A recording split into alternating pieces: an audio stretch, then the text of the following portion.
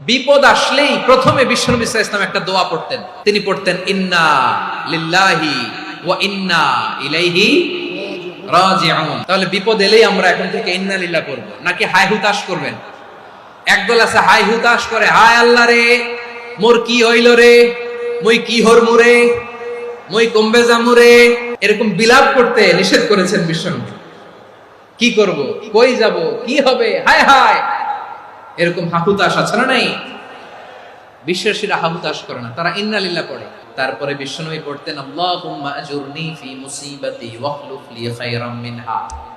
একসাথে প্রথমে পড়তেন ইন্না লিল্লাহি ওয়া ইন্না ইলাইহি রাজিউন, তারপর পরে পড়তেন আল্লাহুম্মা আজুরনি ফি মুসিবাতি ওয়াখলুফ লি খায়রাম মিনহা, মানে আল্লাহ এই যে আমি বিপদে ধৈর্য ধারণ করলাম এটার সব তুমি আমারে দাও, আর যেটা হারালাম এর চেয়ে ভালো কিছু দিয়ে মেকআপ করে দিও, ভালো কিছু দিয়ে বদল করে দিও। সুবহানাল্লাহ পড়েন।